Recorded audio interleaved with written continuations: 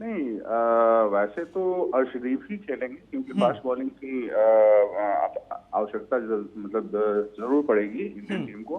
तो अर्शदीप इस मामले में बेटर हैं अभी खिलाने के लिए, लेकिन हमें उम्मीद है कि आज शायद वो खेल सके हार्दिक पांड्या, और उनका खेलना बहुत इंपॉर्टेंट है क्योंकि ऑलराउंडर T20 में ऑलराउंडर का बहुत बड़ा इंपॉर्टेंस होता है, और उन्होंने परफॉर्म भी करके दिखाया है अभी इस पूरे टूर्नामेंट में। और उनका फील्डिंग भी आप देखोगे, अगर आप कंपेयर करोगे इंडियन टीम से, तो ये फाइनल है, फाइनल में इंडियन टीम को फील्डिंग पे बहुत ध्यान देना चाहिए, क्योंकि ये आप देख चुके हो कि बांग्लादेश अपनी फील्डिंग की वजह से हार गई, नहीं तो आज फाइनल में बांग्लादेश ही होती पाकिस्तान की जगह पे। उन्होंने मैच को इजी लिया और कैच ड्रॉप किए, और उसकी वजह से पाकिस्तान ने उन्हें एक लो स्कोर मैच में अच्छे से हरा दिया 11 रनों से, right. So fielding is very important, और फील्डिंग में हमारे हिसाब से तो इंडियन टीम को फील्डिंग पे ज्यादा ध्यान देना चाहिए, क्योंकि अगर आप पाकिस्तान की बात करते हैं तो आप याद करोगे कि पाकिस्तान हमेशा फाइनल में अच्छा करती है, ठीक है। आप जब देखोगे एस्ट्रो एशिया कप पहले हुआ करता था 1984 में, 84 में पाकिस्तान ने जीता, 94 में भी पाकिस्तान ने जीता, सॉरी 85 और 94 में जीता, और चैंपियंस ट्रॉफी में भी इंडिया को उसने हराया था।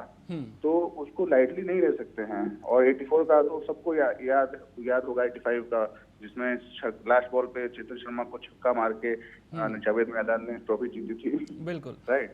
तो फाइनल इज वेरी इंपॉर्टेंट, और फील्डिंग पे स्पेशल ध्यान देना पड़ेगा। और एक चीज और कि बैटिंग में भी हमें जो हमारे ओपनर्स हैं और हमारे जो फर्स्ट डाउन अपने कैप्टन हैं, उनको थोड़ा स्टे करके रन बनाना पड़ेगा। हर मैच में सिर्फ अभिषेक शर्मा को हम तो चाहेंगे कि अभिषेक शर्मा रन बनाए, लेकिन हर मैच में उनसे एक्सपेक्ट करना सही नहीं होगा, ठीक है ना। तो उनको बैटिंग में भी बाकी लोगों को भी देखना चाहिए, और मेरे ख्याल से सीरीज तो टीम होगी ही, और पेपर में भी और परफॉर्मेंस में भी अभी पाकिस्तान से एट पार है इंडिया। तो फाइनल को बिल्कुल नए तरीके से देखना होगा। हाँ। बिल्कुल, ओवरऑल कंट्रीब्यूशन की आप बात कर रहे हैं, वो बेहद अहम हो जाता है जब फाइनल जैसे मुकाबले यहां पर खड़े होते हुए नजर आते हैं, फाइनल जैसे मुकाबले खेले जाते हैं। अमित जी, अब मैं आपसे एक चीज समझना यहां पर चाहूंगा। अभिषेक शर्मा का इन्होंने जिक्र किया, क्या अभिषेक शर्मा मिस्टर डिपेंडेबल बन चुके हैं अब टीम इंडिया के? और क्योंकि अब अभी तक आप देखिए ना, इस एशिया कप में भी देखिए जिस तरह से वो लगातार बल्लेबाजी कर रहे हैं, शानदार बल्लेबाजी, एग्रेसिव बल्लेबाजी, और जो कुछ युवराज सिंह ने उन्हें सिखाया है वो ग्राउंड पर उसको बेहतर तरीके से अंजाम देते हुए भी नजर आते हैं। लेकिन उनकी जिस तरह की बल्लेबाजी है, क्या जो दूसरे बल्लेबाज जिस तरह से परफॉर्म कर रहे हैं इस एशिया कप में, केवल मैं इसी की बात करूंगा, काबिलियत पर किसी को कोई शक नहीं है, वो कहीं छुप जा रही है, वो ओवरशैडो हो जा रही है, जो अभी कमी है? क्योंकि अभी तक अगर आप देखेंगे अभिषेक शर्मा ने जो नया बॉल है उसको बहुत अच्छी तरह से खेला है, अच्छी स्टार्ट दिलवाई है। अगर जल्दी विकेट पाकिस्तान लेता है तो फिर चुनौती भारतीय टीम के सामने, मिडिल ऑर्डर के सामने खड़ी हो सकती है आज।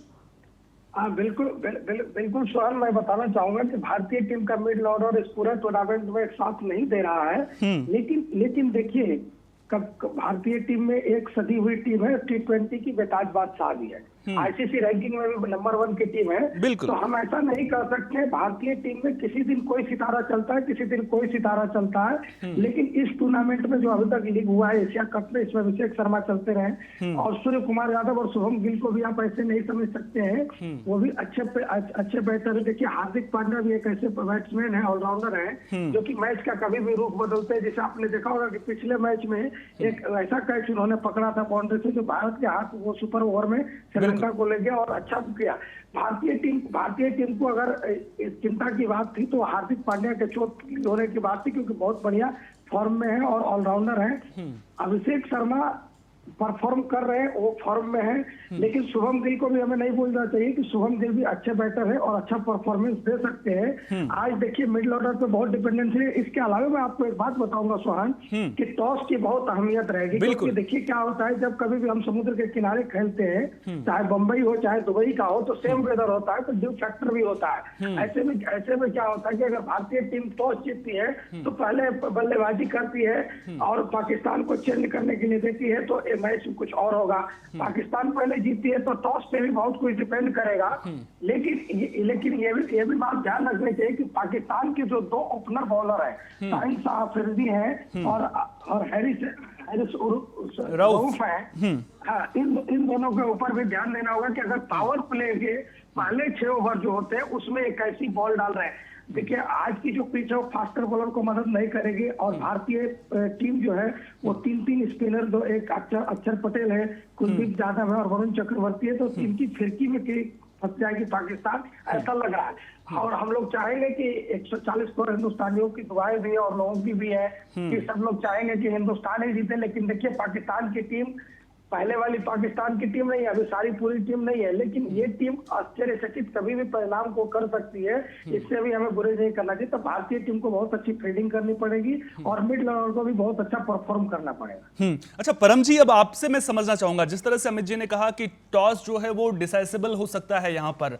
अब दुबई की पिच को लेकर के अगर हम बात करते हैं तो स्पिन बड़ा फैक्टर रोल अदा करता हुआ नजर आता है। ड्यू फैक्टर की बात अमित जी ने की, जब भी आप समंदर के किनारे खेलते हैं तो वहां पर ड्यू भी जो है वो बड़ा फैक्टर होता हुआ नजर आता है। लेकिन यहां पर क्या करना चाहिए, टॉस जीत करके बैटिंग करें, गेंदबाजी करें? क्योंकि अगर आप पहले के मुकाबलों को देखेंगे इस एशिया कप के, तो जो टीम चेस कर रही थी उसके लिए बहुत अच्छा हो जाता था क्योंकि गेंद पहले फंस करके आ रहा था, बाद में अंडरलाइट्स में जब बल्लेबाजी आती है तो फिर वो गेंद जो है बल्ले पर बहुत अच्छी तरीके से आ रहा था। लेकिन अब पिछले 2 मैचों को आप अगर उठा करके देख लेंगे, श्रीलंका के खिलाफ और जो इससे पहले भारत ने खेला था, तो उसमें भारत ने पहले बल्लेबाजी करते हुए बड़ा स्कोर लगाया था और फिर स्कोर को डिफेंड भी किया था।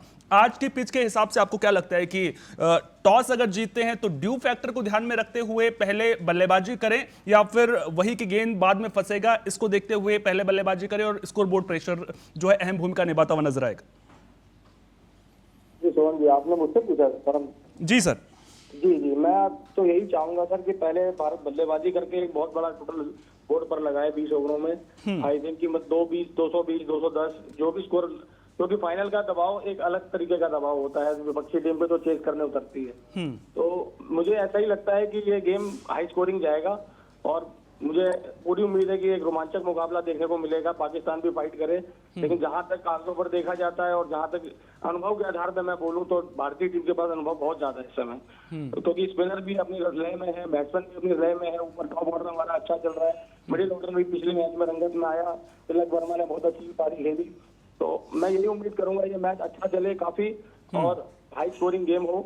और पिच, जहां तक पिच का सवाल है, देखिए T20 एक बहुत विचित्र गेम है, बहुत कम समय में बदलता है ये। इसमें छोटे छोटे सेक्शंस होते हैं और बहुत जल्दी गेम चेंज होता है। कोई बॉलर भी अच्छी बॉलिंग करेगा तो भी मैच पलट सकता है और कोई बैट्समैन अच्छी पारी खेल जाए तो भी मैच पलट सकता है। तो मैं तो यही देखूंगा ये मैच अच्छा जाए।